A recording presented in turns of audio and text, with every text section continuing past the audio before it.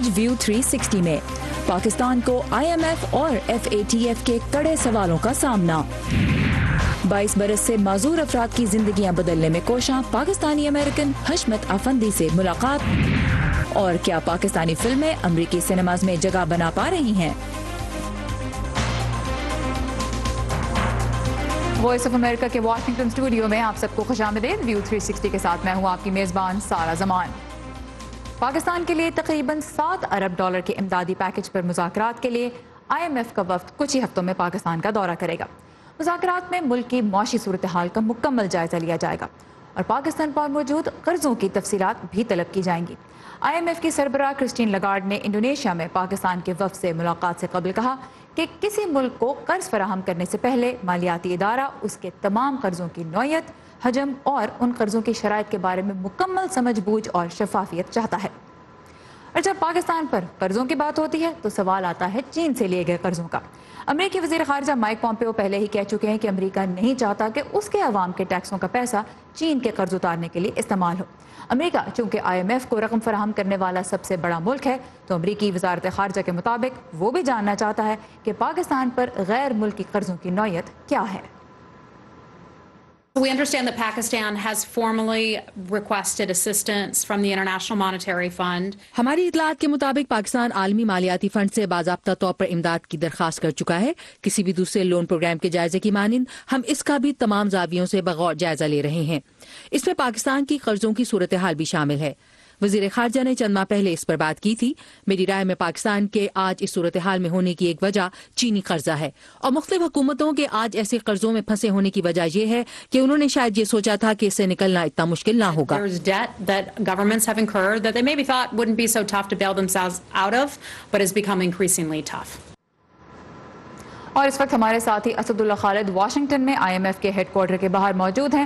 اسد، یہ بتائیے گا کہ پاکستان میں جو چین کے قرضے ہیں ان کے متعلق ملک کے اندر بھی بہت زیادہ ٹرانسپیرنسی نہیں ہے۔ اب IMF اور امریکہ ٹرانسپیرنسی کی بات کریں تو پاکستان میں چین کے قرضوں کے بارے میں اگر معلومات دینی پڑی تو اس کا کیا اثر ہو سکتا ہے؟ یہ پاکستان کے لیے کیا معنی رکھتا ہے؟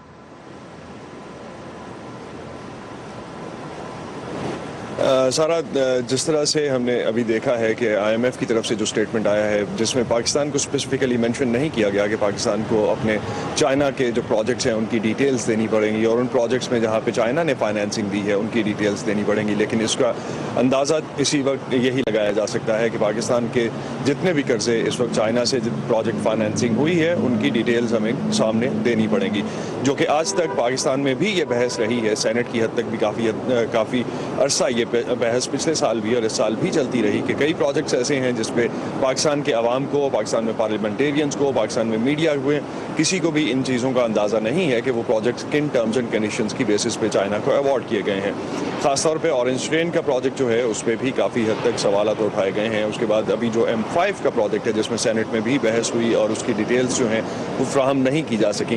M5 کا پروجیکٹ میں بتاتا چلوں کہ ملتان سے سکھر تک کی موٹر وے تھی جو کہ سٹارٹ ہونا تھی، اور جو MHA نے ایوارڈ کیا تھا چائنا کی اسٹیٹ کنسٹرکشن انجینئرنگ کمپنی کو، کارپوریشن کو، جس کی وجہ تقریباً کوئی $2-2.5 ارب کی مالیت کا یہ کانٹریکٹ ہے، جس میں کافی حد تک شفافیت پہ سوال اٹھائے گئے تھے۔ تو اگر اس طرح کا کوئی بھی پروجیکٹ کھولنا پڑتا ہے جو کہ پاکستان کے لیے کافی مشکل ہوگا اگر چائنا اس میں کمفرٹیبل نہیں ہے ان پروجیکٹس کو کھولنے میں اور ان کی ڈیٹیلز، فائنینسنگ ڈیٹیلز دینے میں، تو یہ پاکستان کے لیے ایک کافی جو خطرناک سچویشن ہو سکتی ہے ان اے وے کہ اگر یہ پاکستان سائن اپ بھی کرتا ہے IMF کے پروجیکٹ کے لیے اور IMF کے پروگرام کے لیے، تو یہ شاید بعد میں یہ ڈیٹیلز کمٹ کرنے کے بعد نہ دے سکیں اور ان سے ہمیں باہر آنا پڑے۔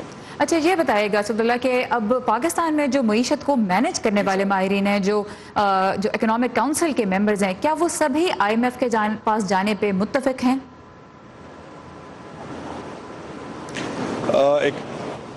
جی سارا، جہاں تک CEC کا تعلق ہے، میری کچھ ممبران سے بات بھی ہوئی اس سلسلے میں۔ ان کا کہنا تھا کہ زیادہ تر تو اس بورڈ میں جو CEC کے ممبرز ہیں ان کا خیال تھا کہ IMF کے پاس جایا جائے کیونکہ یہ ایک ایزی وے آؤٹ تھا ان سب کے لیے، اور پاکستان میں جو ماہرین ہیں ان کا خیال تر جو کہ ڈومیسٹک سطح پہ زیادہ تر کام کر چکے ہیں، اس سے پہلے والی گورنمنٹ میں بھی کام کر چکے ہیں، ان کا کہنا تھا کہ ہم سکوک بانڈز کی طرف جا سکتے تھے، ہم چائنا میں بانڈز فلوٹ کر سکتے تھے، نان ریزیڈنٹ پاکستانیز کے لیے بانڈز فلوٹ کر سکتے تھے، اس کے بعد ہماری جو لگژری امپورٹس ہیں ان کو کٹ ڈاؤن کیا جا سکتا تھا، تو یہ 10 سے 12 ارب ڈالر کی جو فائنینسنگ تھی وہ ہم ان ہاؤس جنریٹ کر سکتے تھے، جس میں اگر 1 سے 2 بلین ڈالر کا ڈفرینس رہتا بھی تو وہ ہم باہر سے پورا کر سکتے تھے، کیونکہ ایک آئی ایم ایف کے پروجیکٹ کے سلسلے میں، ایک میجر جو آئی ایم ایف کے پروگرام کے سلسلے میں ایک جو ایشو آئے گا وہ یہ آئے گا کہ اگر کٹ ڈاؤن کیے جاتے ہیں ایکسپینسز اور ڈالر کی پرائس جو ہے وہ سرٹنلی اوپر جاتی ہے، روپیہ نیچے جاتا ہے، تو ہم دیکھیں گے کہ پیٹرول پرائسز بڑھیں گی، الیکٹریسٹی کی پرائسز بڑھیں گی، تو اس گورنمنٹ کے لیے جو کہ آلریڈی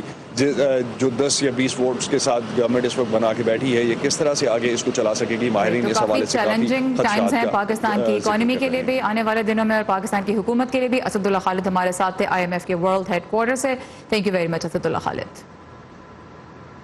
اور پاکستان کے مالیاتی نظام پر دباؤ فائنینشیل ایکشن ٹاسک فورس کی جانب سے بھی ہے۔ FATF ایک بین الاقوامی اتحاد ہے جو منی لانڈرنگ اور دہشت گردوں تک فنڈز کی فراہمی روکنے کے لیے اقدامات کرتا ہے۔ پاکستان اس وقت ادارے کی گرے لسٹ پر ہے۔ اب FATF جائزہ لے رہا ہے کہ پاکستان اپنے مالیاتی نظام کو محفوظ بنانے کے لیے کیا کر پا رہا ہے، تو اس کے لیے ہم مزید تفصیلات لیں گے عائشہ تنظیم سے، جو اسلام آباد سے اس وقت بذریعہ اسکائپ ہمیں جوائن کر رہی ہیں۔ عائشہ، یہ بتائیے گا اگر آپ میری آواز سن سکتی ہیں کہ پاکستان نے اقدامات تو کیے ہیں گرے لسٹ سے ہٹنے کے لیے، اپنے سسٹم کو اسٹرانگ بنانے کے لیے، FATF کا فوکس کیا ہے اور پاکستان کے لیے پھر چیلنجز کہاں پیدا ہو سکتے ہیں؟ جی، جو سب سے بڑا چیلنج پاکستان کے لیے ہے وہ یہ کہ پاکستان ایک کیش اکانومی ہے۔ جو 2-3 چیزیں جس کی نشاندہی FATF نے کی ہے، ایک تو ہماری جو پراپرٹی کی مارکیٹ ہے، جو ریل اسٹیٹ، وہ ایک بہت بڑا گیپنگ ہول ہے جس کے ذریعے کالے پیسے کو سفید کیا جا سکتا ہے۔ پاکستان کے ہر علاقے میں حکومت نے سرکاری ویلیوز، زمین کی قیمتیں مقرر کی ہوئی ہیں کنسٹرکشن کے حساب سے، لیکن وہ اصل مارکیٹ ویلیو سے بہت کم ہے۔ مثلا اگر کوئی 1 کروڑ کا گھر ہے تو سرکاری ویلیو اس کی 20 لاکھ ہوگی، تو اگر آپ نے کالے پیسے کو سفید کرنا ہے تو آپ 20 لاکھ سفید پیسہ لگائیں، 80 لاکھ کالا پیسہ اس میں ملائیں تو 1 کروڑ کا گھر آپ کا ہوا۔ 4 سال بعد آپ اس کو بیچیں، اس کی جو مرضی ویلیو لگا دیں۔ تو ایک تو یہ جو دوسرا پوائنٹ آؤٹ FATF نے کیا ہے وہ یہ کہ آپ کی جو فلاحی تنظیمیں چندہ جمع کرتی ہیں، آپ نے دیکھا ہوگا جگہ جگہ چندے کے باکسز رکھے ہوتے ہیں، کہیں مسجد بننے کے لیے چندہ ہے، کہیں کسی کی مدد کے لیے چندہ ہے، اس کا کوئی حساب کتاب نہیں ہے۔ یہ کیش ٹرانزیکشن ہے، یہ کہاں جا رہی ہے، کتنا پیسہ جمع ہو رہا ہے، کس چیز پر استعمال ہو رہا ہے، اس پہ بھی FATF نے کافی تحفظات کا اظہار کیا ہے۔ سارا اچھا عائشہ، اب سسٹم تو پاکستان نے اپنے اسٹرینتھن کرنے کی کوشش کی ہے۔ خود میرا اپنا تجربہ یہ رہا کہ جب میں پاکستان گئی تو اپنے ایک اکاؤنٹ سے دوسرے میں پیسے ٹرانسفر کرنے کے لیے کافی سارے ڈاکیومنٹس جو تھے وہ دینے پڑے، لیکن نیشنل لیول پہ امپلیمنٹیشن کس حد تک پاکستان کامیابی سے کر پا رہا ہے؟ آپ کیا دیکھ رہی ہیں؟ دیکھیں، امپلیمنٹیشن میں بہت سارے چیلنجز ہیں اور ان چیلنجز کی وجہ سے ہی انٹرنیشنل کمیونٹی میں ایک ٹرسٹ ڈیفیسٹ ہے۔ کچھ کیپیسٹی کے ایشوز ہیں کہ پاکستان کر نہیں پا رہا، اور کچھ انٹرنیشنل کمیونٹی کا خیال ہے کہ جان بوجھ کر پاکستان نہیں کر رہا۔ مثال کے طور پہ ابھی جو حالیہ الیکشنز تھے، اس میں ہم نے دیکھا کہ کئی کالعدم تنظیموں نے نہ صرف حصہ لیا بلکہ ان کے بڑے بڑے بینرز اور اخباروں میں ان کے اشتہار آئے۔ مثال کے طور پہ ملی مسلم لیگ کو الیکشن کمیشن آف پاکستان نے رجسٹر نہیں کیا، تو پھر وہ اللہ اکبر تحریک کے نام سے ملی مسلم لیگ کے کینڈیڈیٹس فیلڈ ہوتے تھے اور ان کے بڑے بڑے بینرز پر لیڈرز کی تصویریں ہوتی تھی، لکھا ہوتا تھا کہ یہ ملی مسلم لیگ کے حمایت یافتہ ہیں۔ یہاں اسلام آباد اور راولپنڈی میں بڑے بڑے ان کے جلسے بلکہ پورے ملک میں ہوئے۔ حافظ سعید صاحب جو کہ پاکستان میں کالعدم نہیں ہے لیکن انٹرنیشنلی یونائٹڈ نیشنز اور یونائٹڈ اسٹیٹس کی لسٹ پہ ان کا نام ہے، وہ ان جلسوں میں آئے اور تقاریر کی خطاب۔ تو یہ امپلیمنٹیشن کے ایشوز ہیں کہ جب آپ فار ایگزامپل کسی چیز کو بین بھی کر دیتے ہیں تو بھی آپ کو نظر آتا ہے کہ ملک میں وہ کام ہو رہا ہے۔ ٹھیک، تو یعنی آپٹکس ہیں کہ صرف جو سامنے سے دنیا کو دکھائی دے رہا ہے اس کے اوپر بھی سوال اٹھیں گے، نہ صرف اس پہ کہ جو پیچھے سے پاکستان اپنے سسٹم کو اسٹرینتھن کرنے کے لیے کر رہا ہے۔ عائشہ تنظیم ہمارے ساتھ تھی اسلام آباد سے، thank you Ayesha for this update. Thank you Fahad. ترکی میں سعودی صحافی جمال خشوگی کی گمشدگی پر سعودی عرب کے خلاف دباؤ میں اب اضافہ ہو رہا ہے۔ کئی امریکی میڈیا اداروں اور ایگزیکٹوز نے ریاض میں ہونے والی ایک بین الاقوامی کانفرنس میں شرکت سے انکار کر دیا ہے۔ جمال خشوگی 2 اکتوبر کو استنبول کے سعودی قونصل خانے میں داخل ہونے کے بعد سے لاپتہ ہیں۔ امریکی اخبار واشنگٹن پوسٹ کے مطابق ترک-حکام نے امریکی عہدیداروں کو بتایا ہے کہ ان کے پاس ایسی ویڈیو اور آڈیو ریکارڈنگز ہیں جن سے پتہ چلتا ہے کہ خشوگی کو سعودی قونصل خانے کے اندر تشدد کے بعد قتل کر دیا گیا اور ان کی لاش کے ٹکڑے ٹکڑے کر دیے گئے۔ تو خشوگی ترکی جانے سے پہلے امریکہ میں مقیم تھے۔ صدر ٹرمپ نے اس واقعے پر تشویش کا اظہار تو کیا ہے، لیکن وہ سعودی عرب کے ساتھ $110 ارب کے ہتھیاروں کے معاہدے کو معطل کرنے سے ہچکچا رہے ہیں۔ تفصیلات اس رپورٹ میں۔ ایک ہفتہ گزرنے کے بعد بھی سعودی صحافی اور واشنگٹن پوسٹ کے کالمسٹ جمال خشوگی کا کوئی سراغ نہیں مل سکا ہے۔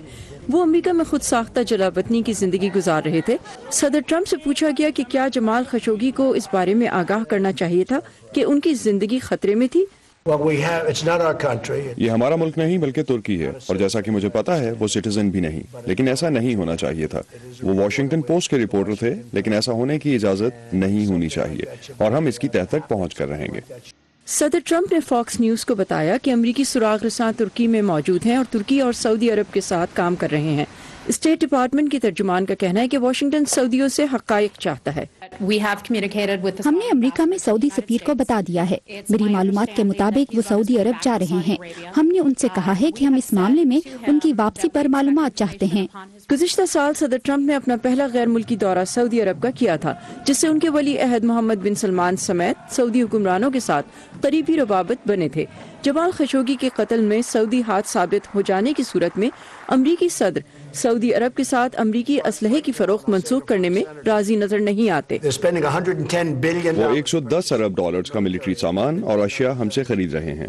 اگر ہم انہیں یہ نہیں بیچیں گے تو وہ کہیں گے بہت شکریہ، ہم روس سے خرید لیں گے، بہت شکریہ، ہم چین سے خرید لیں گے۔ اس سے ہمیں کوئی فائدہ نہیں ہوگا، نہ نوکریوں میں، نہ ہی ان کمپنیوں کو جن سے یہ کام چھن جائے گا، لیکن اور اقدامات لیے جا سکتے ہیں۔ دونوں بڑی سیاسی جماعتوں کے ایک گروپ نے صدر ٹرمپ کو ایک خط میں خشوگی کی صورتحال کی تحقیقات کرنے کا مطالبہ کیا ہے۔ تجزیہ کاروں کے مطابق امریکی کانگریس پابندیاں لگانے پر زور دے گی اور امریکی اسلحے کی فروخت کو روکنے کی کوشش کرے گی۔